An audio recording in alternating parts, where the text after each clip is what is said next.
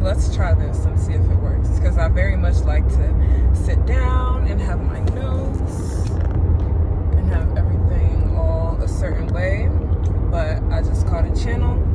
So we're talking about Sun aspecting Neptune in the natal chart. What does this mean when the Sun aspects Neptune? The Sun represents our ego, our identity, our persona. It is our spirit, our life force energy, the thing that animates us. This is how you act in a room. Your Sun and your Mars will show how you act in a room full of people. And what is Neptune? Neptune rules things that are mysterious. Neptune rules over our ideals. It rules over glamour. It rules over magic. It rules over makeup. Things that appear to be real but are not real. Neptune rules over illusions, delusions, fantasy, fairy tales, all things otherworldly and of higher realms, right? So when we have the Sun aspecting Neptune in a natal chart, I want to say that the quote-unquote positive aspects, or the more positive displays of this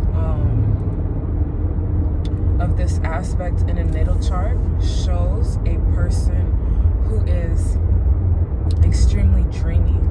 This person can be very captivating in the way that they dress, the way that their appearance is, maybe their skin color or their hair is just so alluring and otherworldly.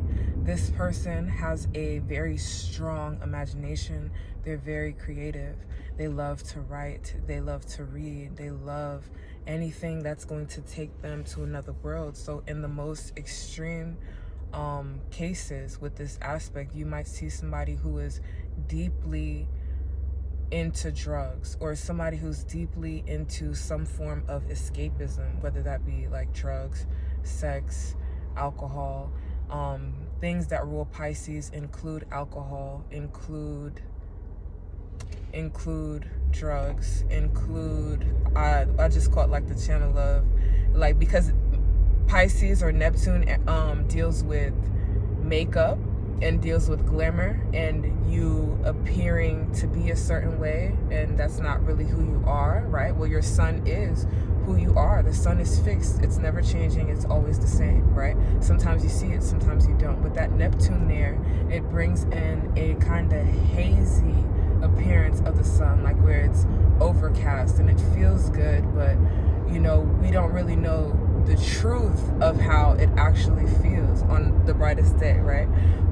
That's just like one analogy that came to mind. So this may be somebody who's deeply obsessed with makeup and plastic surgeries and changing their physical appearance to fit some type of ideal or fantasy, you know, in order to either help them escape from reality, or this is just who they are. They don't even need an escape. They just love plastic surgery so much, or they just love makeup so much because their Sun, who they truly are, is somebody who is like something that can't quite be perceived. It's definitely otherworldly. So how it plays out in this physical realm is going to be just that. Like, they're just doing otherworldly things to their body. They're doing otherworldly things to put on this type of ego, whether that be lies. Like, if you have strong Neptune Sun aspects, you could be like a very bad or very good liar, but lying is bad. So you can be somebody who sings very well. This is like a siren. So when you sing, you can captivate people in such a way that it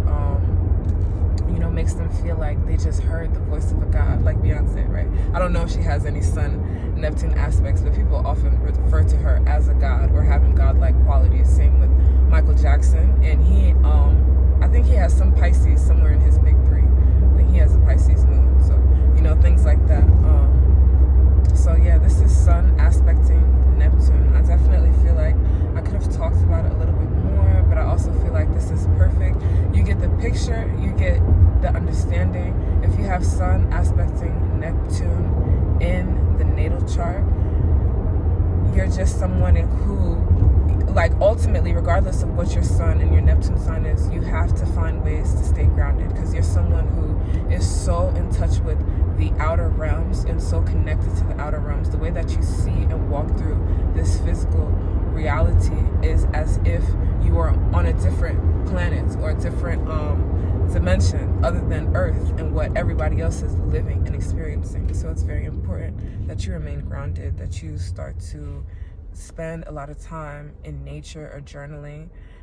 This is somebody who really has to ask themselves what is real. You have to keep up with the lies or the stories or the ideas that you may tell yourself, because sometimes you're so far in delusion. So you have to really ask yourself, what is real to me? What feels real? What is real about my relationships with people? What is real about my connection to my job or my connection to whatever it may be? You have to understand your own concept